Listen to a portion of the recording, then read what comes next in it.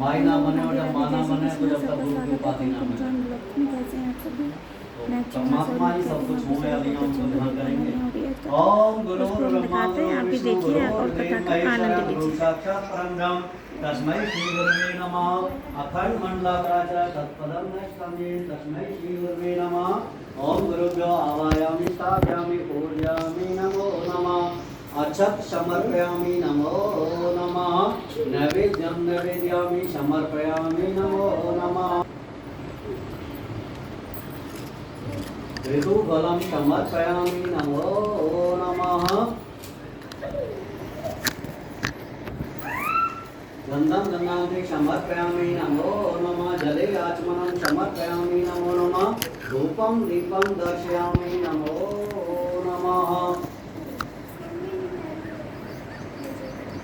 लक्ष्मी या भगवान करेंगे, हम तो प्रार्थना करेंगे, हे लक्ष्मी माता आप हमारे घर में हमेशा हमेशा विराजमान रहो और हम पे अपनी कृपा हमेशा। ओम शमुद्धन्याम देवी शरण भरम भूस्ताम पदम नेत्रां विशालाक्ष्मी लक्ष्मी आवायाम्याम। आगच्छ भगवती देवी स्थाने चात्रेस्त्रा भव यावत् पूजां करिष्यं तावत्तं श्रीस्त्रो भव। ओम लक्ष्मी आवायामि स्थापयामि पूजयामि नमो नमः। जो श्री परेशान है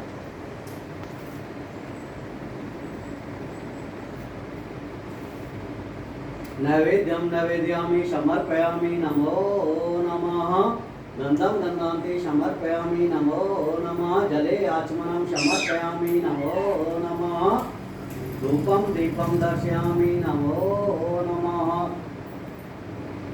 पुष्पं पुष्पमालां समर्पयामि नमो नमः। कोई भी हम शुभ काम कर रहे हो, कोई भी अपने घर में या कहीं तीर्थ स्थान पर जा रहे हो तो हमें अपने पितृ देवताओं को ध्यान जरूर करना चाहिए।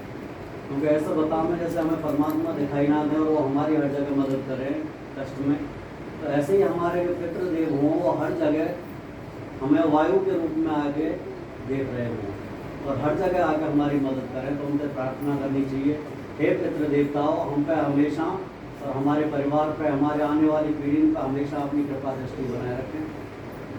तो ध्यान करेंगे उनको। ओम पितृगणाय विद्महे जगद्धारिणी धीमहि तन्नो पितरः प्रचोदयात्। ओम सर्वेभ्यो पितरेभ्यो आवाहयामि स्थापयामि पूजयामि नमो नमः। अक्षत समर्पयामि नमो नमः। नैवेद्यं नैवेद्यामि समर्पयामि नमो नमः। गन्धं गन्धांति समर्पयामि नमो नमः। जले आचमनं समर्पयामि नमो नमः।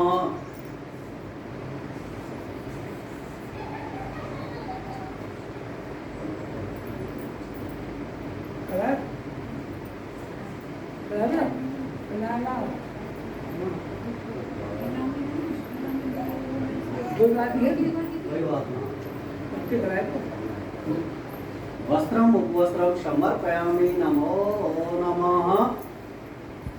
जो वस्त्र चढ़ाओ में कई बार ऐसा हो या आपने सुने होंगे हमारे पितृ जो गोष्ठ है तो बताओ मैं बहुत से लोग की पितरन की पहरावनी वगैरह करते और आते जब जाके वो शांत होंगे। तो ऐसे बताऊँ तो ये वस्त्र जो होंगे आप यदि ये चढ़वाओ बहुते ना करवाओ लेकिन कराने चाहिए ये वस्त्र के रूप में।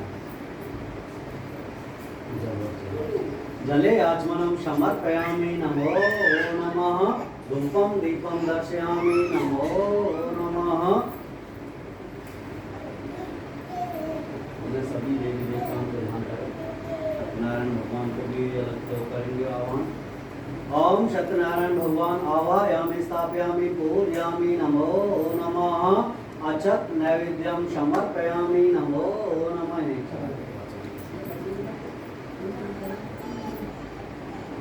नैवेद्यं नैवेद्यामि समर्पयामि नमो नमः। गन्धं गन्धांति समर्पयामि नमो नमः। जले आचमनं समर्पयामि नमो नमः। धूपं दीपं दर्शयामि नमो नमः। हम कोई भी पूजा अर्चना करें और जहाँ भगवान को नाम लिया जाए, हनुमान जी ऐसे देवता हैं जो कई न कई रूप में आके वहाँ जरूर विराजमान हो। भी ध्यान करेंगे।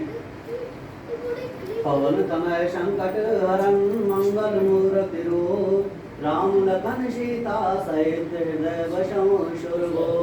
ओम हम हनुमते आवायामि स्थापयामि पूजयामि नमो नमः। अक्षत समर्पयामि नमो नमः। नैवेद्यं निवेदयामि समर्पयामि नमो नमः। हनुमान जी ने फल बहुत पसंद है तो फल भी अर्पित करेंगे। ऋतुफलं समर्पयामि नमो नमः। गंधं गंधांति समर्पयामि नमो नमः। जले आचमनं समर्पयामि नमो नमः। धूपं दीपं दर्शयामि नमो नमः। सभी देवी देवताओं को ध्यान करें।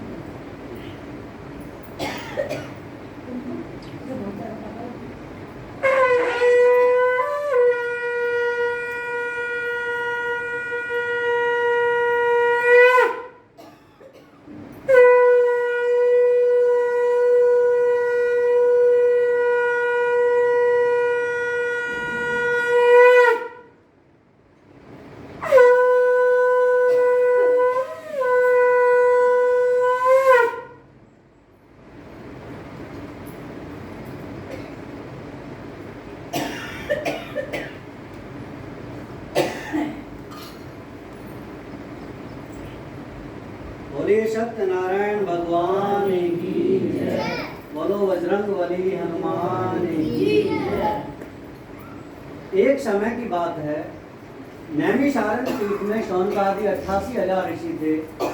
उन्होंने श्री सूत जी से आकर के पूछा, हे प्रभु,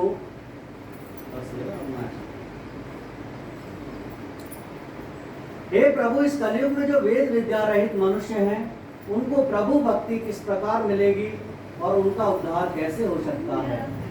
और भी कोई रह गए हों करार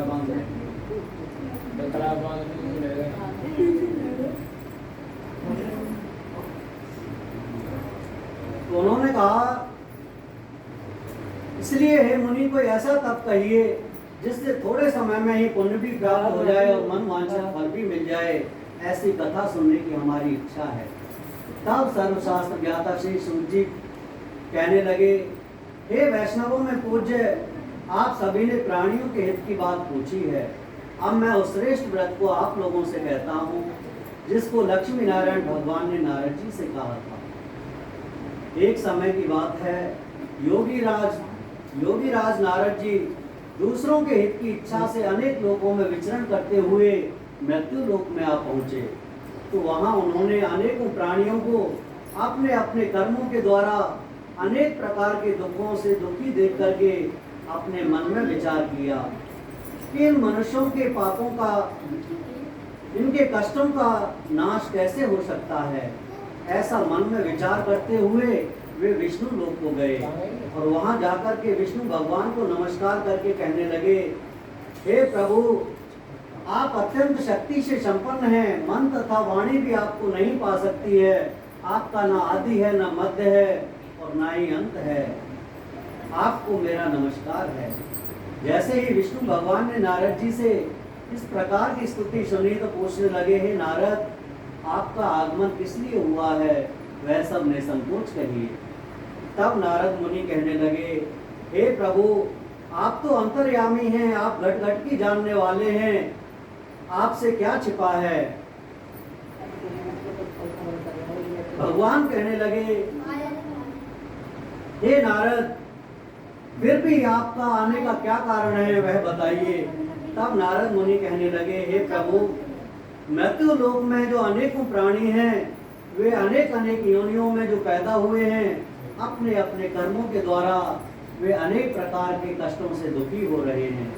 हे नाथ, यदि आप मुझ पर दया रखते हो तो बताइए कि उन मनुष्यों के पाप थोड़े से ही प्रयास से कैसे दूर हो सकते हैं। तब भगवान कहने लगे, हे नारद, आपने मनुष्यों की भलाई के लिए बहुत अच्छी बात पूछी है। अब वो श्रेष्ठ व्रत को मैं आप लोगों से कहता हूँ, जिसको लक्ष्मी नारायण भगवान ने नारद जी से कहा था। ध्यान से सुनिए। एक समय की बात है,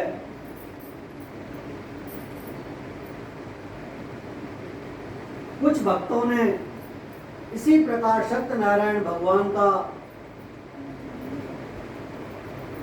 भक्ति पूर्वक पूजन किया और उनकी पूजा अर्चना करने के बाद जो भी भक्षण योग्य पदार्थ थे वे भगवान को अर्पण किए और उसके बाद में भगवान का स्मरण करते हुए अपना समय व्यतीत किया। भगवान कहने लगे, जैसे उन भक्तों ने किया इसी तरह मनुष्य किसी भी दिन कर्तव्य परायण होकर के भगवान की पूजा अर्चना करे। जो भी भक्षण योग्य पदार्थ हो यानी खाने योग्य पदार्थ हो उनको भगवान को अर्पण करे और भगवान का स्मरण करते हुए समय व्यतीत करे और भगवान का स्मरण करते हुए ब्राह्मणों इत्यादि को भोजन कराए, उसके बाद स्वयं भोजन करे। जो भी मनुष्य इस तरह से सत्यनारायण भगवान का व्रत व पूजन करता है उसकी सारी इच्छाएं पूरी होती हैं। विशेष रूप से कलयुग में भूमि पर यही मोक्ष का सबसे सरल और उत्तम उपाय है। बोलिए सत्यनारायण भगवान की जय। सत्यनारायण व्रत कथा का पहला अध्याय समाप्त हुआ। सूर्य जी कहने लगे, हे ऋषियों, जिसने पहले समय में इस व्रत को किया है अब मैं उसके बारे में आपको बताता हूँ, ध्यान से सुनिए। बहुत समय पहले की बात है, सुंदर काशीपुरी नगरी में एक अत्यंत निर्धन ब्राह्मण रहता था। वह भूख और प्यास से बेचैन हुआ रोजाना पृथ्वी पर घूमता फिरता था। एक दिन जब ब्राह्मणों से प्रेम करने वाले नारायण भगवान ने उसको इस तरह विचरण करते हुए देखा तो स्वयं बूढ़े ब्राह्मण का रूप धारण करके उसके पास गए और जाकर पूछने लगे, हे ब्राह्मण, तू इस तरह पृथ्वी पर क्यों घूमता फिरता है, क्या कारण है? तब वह ब्राह्मण कहने लगा, हे भगवान, मैं अत्यंत निर्धन ब्राह्मण हूँ और भिक्षा के लिए पृथ्वी पर इस तरह घूमता फिरता हूँ। यदि आप इसका कोई उपाय जानते हो तो कृपया करके मुझे बताइए। तब वह ब्राह्मण वेशधारी सत्यनारायण भगवान कहने लगे कि सत्यनारायण भगवान मनवांछित फल को देने वाले हैं, इसलिए हे ब्राह्मण, तू जाकर के सत्यनारायण भगवान का व्रत व पूजन कर, उसके करने से तेरे सभी प्रकार के कष्टों का नाश हो जाएगा। उस ब्राह्मण को व्रत का सारा विधान बतला करके वह ब्राह्मण वेशधारी सत्यनारायण भगवान वहां से अंतर ध्यान हो गए। उनके जाने के बाद उस ब्राह्मण ने अपने मन में इस प्रकार संकल्प कर लिया कि आज जो भी भिक्षा में मुझे धन प्राप्त होगा मैं उसी से सत्यनारायण भगवान का व्रत व पूजन करूंगा। ऐसा निश्चय करके वह भिक्षा के लिए चल दिया और उस दिन उसे भिक्षा में बहुत सारा धन मिला, जिससे उसने अपने बंधु बांधवों सहित और परिवार सहित सत्यनारायण भगवान का व्रत व पूजन किया। तो उस व्रत को करने से वह ब्राह्मण सभी प्रकार के कष्टों से छुटकारा पा गया और अनेक प्रकार की संपत्तियों से युक्त हो गया। जो भी मनुष्य सत्यनारायण भगवान के व्रत को करता है उसकी सभी इच्छाएं पूरी होती हैं और वह सभी प्रकार के दुखों से छूट जाता है। इस तरह नारद जी से नारायण भगवान का कहा हुआ यह व्रत मैंने आपसे कहा। सूर्य जी कहने लगे, हे ब्राह्मणों, अब मैं आपसे और क्या कहूँ? तब ऋषि कहने लगे, हे मुनीश्वर, संसार में इस ब्राह्मण से सुनकर के और किस किसने इस व्रत को किया, हम वो सब जानना चाहते हैं। सूर्य जी कहने लगे, हे मुनियों, जिसने इस व्रत को किया है अब वह सब ध्यान से सुनिए। एक समय की बात है, एक ब्राह्मण धन और ऐश्वर्य के अनुसार अपने बंधु बांधवों के साथ सत्यनारायण भगवान का व्रत करने को तैयार हुआ। तो उसी समय वहां एक लकड़ी बेचने वाला बूढ़ा आदमी आया। उसके पास व्यापार के लिए कुछ लकड़ियां थीं, वह उन लकड़ियों को ब्राह्मण के मकान के बाहर ही रख करके उस ब्राह्मण के मकान में अंदर गया। और वहां जाकर के जब ब्राह्मण को उसने इस तरह व्रत करते हुए देखा तो जाकर के पूछने लगा, हे ब्राह्मण देव, आप ये क्या कर रहे हैं और इसके करने से क्या फल मिलता है? तब वह ब्राह्मण कहने लगा, मैं सभी मनोकामनाओं को पूर्ण करने वाला सत्यनारायण भगवान का व्रत व पूजन कर रहा हूँ। उनकी कृपा से ही मेरे यहाँ धन धान्य आदि की वृद्धि हुई है। ब्राह्मण से व्रत का सारा विधान जानकर के लकड़हारा बहुत प्रसन्न हुआ।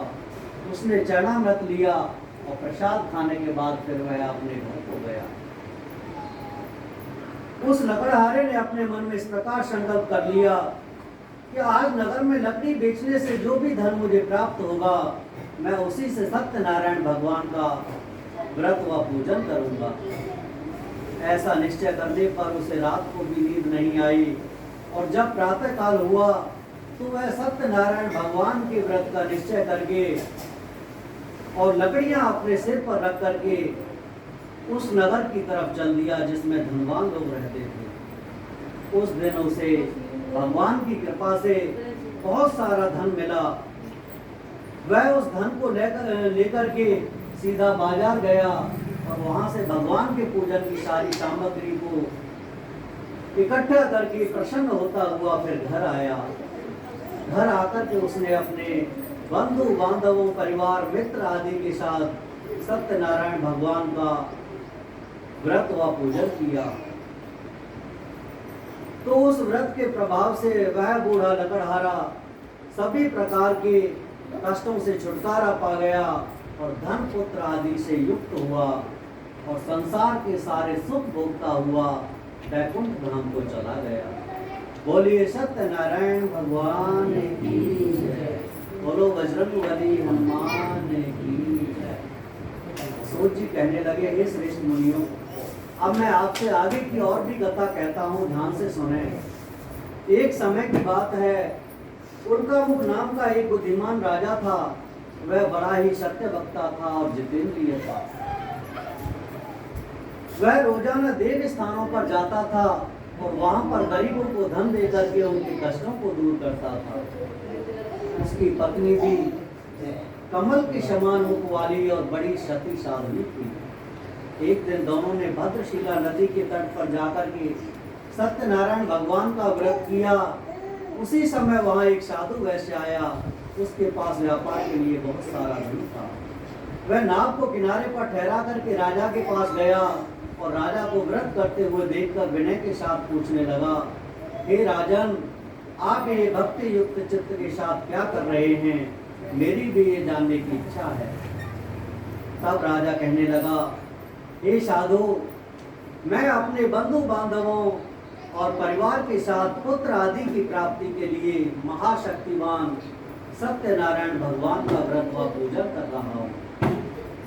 जैसे ही उसने राजा के इस प्रकार के शब्द सुने तो वह साधु आदर के साथ कहने लगा, हे राजन, मुझसे भी इसका सब विधान कहो। मेरे भी कोई संतान नहीं है और मुझे विश्वास है कि ऐसा करने से मुझे भी संतान की प्राप्ति अवश्य हो जाएगी। तब राजा से व्रत का सारा विधान जान करके व्यापार से निवृत्त होकर के कथा समाप्ति के बाद प्रसाद ग्रहण करने के बाद वह आनंद के साथ अपने घर को गया।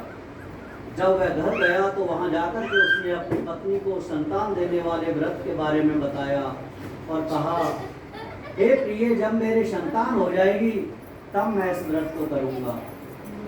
इस प्रकार के वचन उसने अपनी पत्नी लीलावती से कहे। कुछ समय बाद भगवान की कृपा से उसकी पत्नी एक दिन अपने पति के साथ आनंदित हो और सांसारिक धर्म में प्रवृत्त हो। भगवान की कृपा से गर्भवती हो गई और 10वें महीने में उसके यहाँ एक सुंदर कन्या का जन्म हुआ। वह कन्या दिनों दिन इस प्रकार बढ़ने लगी जैसे शुक्ल पक्ष का चंद्रमा बढ़ता है। उस कन्या का नाम कलावती रखा गया। उसके नामकरण के समय उसकी पत्नी ने उससे कहा हे स्वामी, आपने संकल्प किया था कि जब हमारे संतान हो जाएगी तब मैं इस व्रत को करूंगा, अब आप इसे करिए। उसका पति कहने लगा, हे प्रिय, मैं इसके ओम लक्ष्मी स्वाहा, ओम गौराई स्वाहा, ओम सरस्वती स्वाहा, ओम नंदीश्वराय स्वाहा, ओम कार्तिकेय स्वाहा। वो दोबारा डाल दी हूँ, उठ जाएंगे दोबारा। ओम प्राणाय स्वाहा, ओम अपानाय स्वाहा, ओम उदानाय स्वाहा, ओम व्यानाय स्वाहा, ओम शमानाय स्वाहा, ओम ब्रह्मणे स्वाहा, ओम विष्णवे स्वाहा, ओम रुद्राय स्वाहा, ओम वर्णाय स्वाहा, ओम कुबेराय स्वाहा, ओम अनंताय स्वाहा, ओम पंचोंकारेभ्य स्वाहा, ओम अष्टवसुभ्य स्वाहा, ओम द्वादशादिभ्य स्वाहा, ओम मर्दभ्य स्वाहा, ओम शंकादिभ्य स्वाहा, ओम चित्ररथाद गंधर्वेभ्य स्वाहा, ओम हर्मादिभ्य स्वाहा, ओम अदभ्य स्वाहा, ओम अनिलाय स्वाहा, ओम लक्ष्मी स्वाहा, ओम दुर्गाय स्वाहा, ओम महाकाले स्वाहा, ओम बृहस्पति स्वाहा। मैं बाल बीमार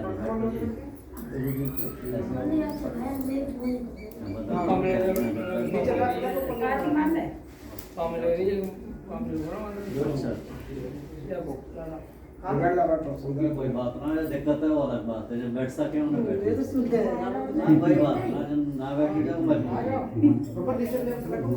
ओम शुक्राय स्वाहा, ओम इंद्राय स्वाहा, ओम सोमाय स्वाहा, स्वाहा बोले करो, ओम शचिपुंद्राभ्याम स्वाहा, ओम ध्रुवाय स्वाहा, ओम स्कंदाय स्वाहा, ओम नंदीश्वराय स्वाहा, ओम महादेवाय स्वाहा, ओम भक्तकुंडाय विद्महे विघ्नराजाधीमहि तन्नो दन्ती प्रचोदयात् स्वाहा,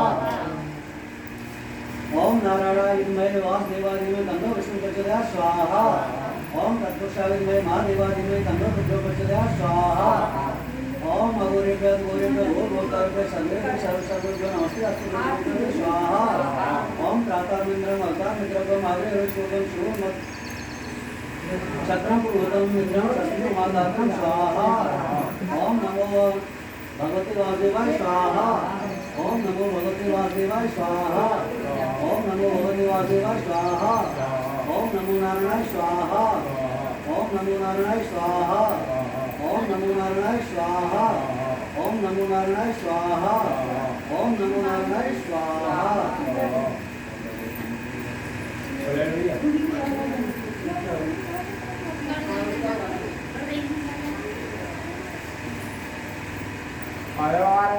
ओम सर्वमंगल मांगल्ये शिवे सर्वार्थ साधके शरण्ये त्र्यंबके गौरी नारायणी नमोस्तुते स्वाहा, ओम सर्वमंगल मांगल्ये शिवे सर्वार्थ साधके शरण्ये त्र्यंबके गौरी नारायणी नमोस्तुते स्वाहा, ओम सर्वमंगल मांगल्ये शिवे सर्वार्थ साधके शरण्ये त्र्यंबके गौरी नारायणी नमोस्तुते स्वाहा, ओम सर्वमंगल मांगल्ये शिवे सर्वार्थ साधके शरण्ये त्र्यंबके गौरी नारायणी नमोस्तुते स्वाहा, ओम सर्वमंगल मांगल्ये शिवे सर्वार्थ साधके शरण्ये त्र्यंबके गौरी नारायणी नमोस्तुते स्वाहा, ओम सर्वमंगल मांगल्ये शिवे सर्वार्थ साधके शरण्ये त्र्यंबके गौरी नारायणी नमोस्तुते स्वाहा, ओम श्री सत्य लक्ष्मी पद्मा भव रात्रि पार्श्व नक्षत्र रानी रूपमश्म व्याप्त ईशान ईशान मम ईशान सर्वोपम पशामि लक्ष्मी स्वाहा, ओम नमः शिवाय स्वाहा, ओम नमः शिवाय स्वाहा, ओम नमः शिवाय स्वाहा, ओम नमः शिवाय स्वाहा, ओम नमः शिवाय स्वाहा।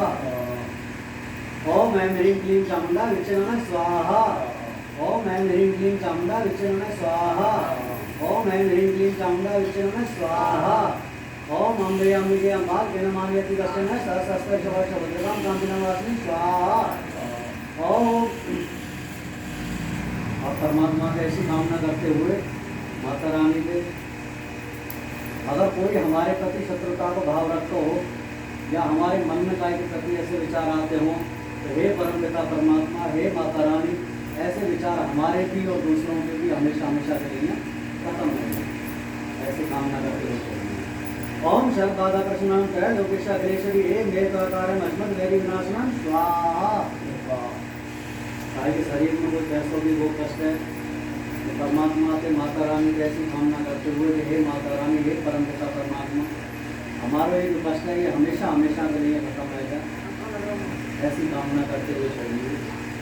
ओम सूर्यन पायनो देवी पाय घड़ियन चाम की घंटा सुने च पाय ज्ञान जाप सुने च स्वाहा। ओम सूर्यन पायनो देवी पाय घड़ियन चाम की घंटा सुने च पाय ज्ञान जाप सुने च स्वाहा। ओम सूर्यन पायनो देवी पाय घड़ियन चाम की घंटा सुने च पाय ज्ञान जाप सुने च स्वाहा। ओम त्र्यंबकम यजामहे सुगंधिं पुष्टिवर्धनम् उर्वारुकमिव बन्धनात् मृत्युर्मुक्षीमामृता स्वाहा। ओम त्र्यंबकम यजामहे सुगंधिं पुष्टिवर्धनम् उर्वारुकमिव बन्धनात् मृत्युर्मुक्षीमामृता स्वाहा। ओम त्र्यंबकम यजामहे सुगंधिं पुष्टिवर्धनम् उर्वारुकमिव बन्धनात् मृत्युर्मुक्षीमामृता स्वाहा। ओम त्र्यंबकम यजामहे सुगंधिं पुष्टिवर्धनम् उर्वारुकमिव बन्धनात् मृत्युर्मुक्षीमामृता स्वाहा। ओम त्र्यंबकम यजामहे सुगंधिं पुष्टिवर्धनम् उर्वारुकमिव बन्धनात् मृत्युर्मुक्षीमामृता स्वाहा।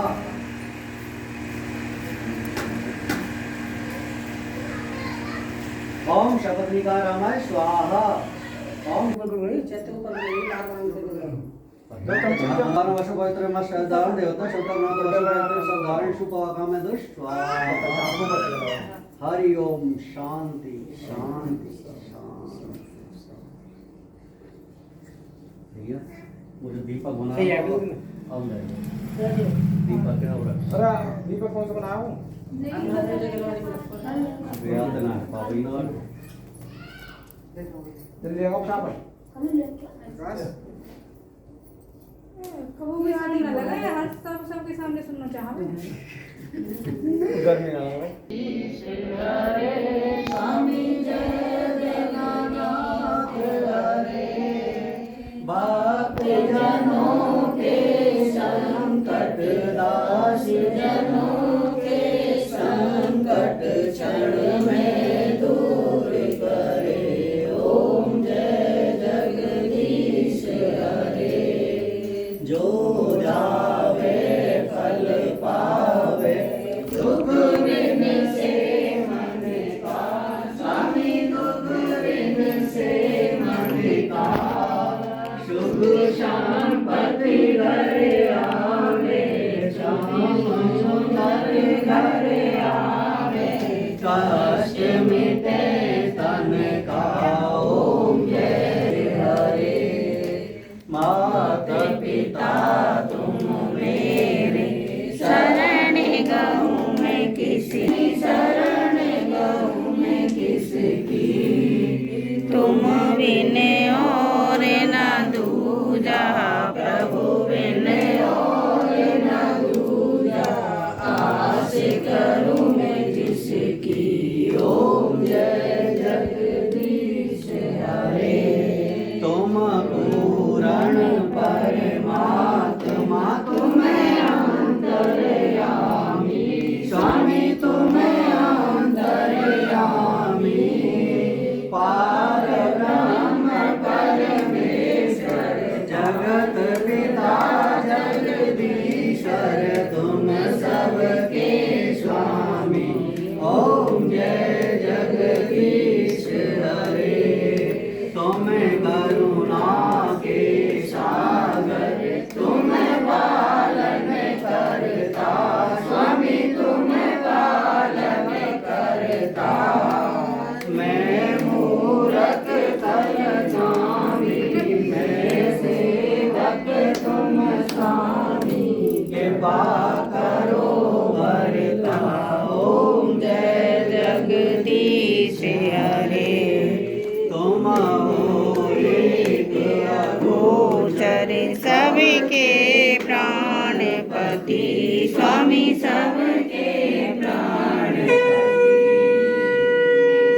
विद मिलूं दया में, किस विद मिलूं दया में, तुमसे मैं कमती।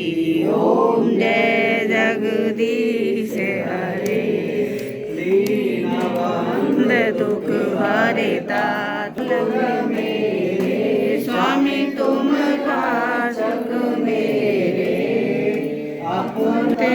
ठाओ अपने द्वारे कड़ा तेरे। ओम जय जगदीश हरे।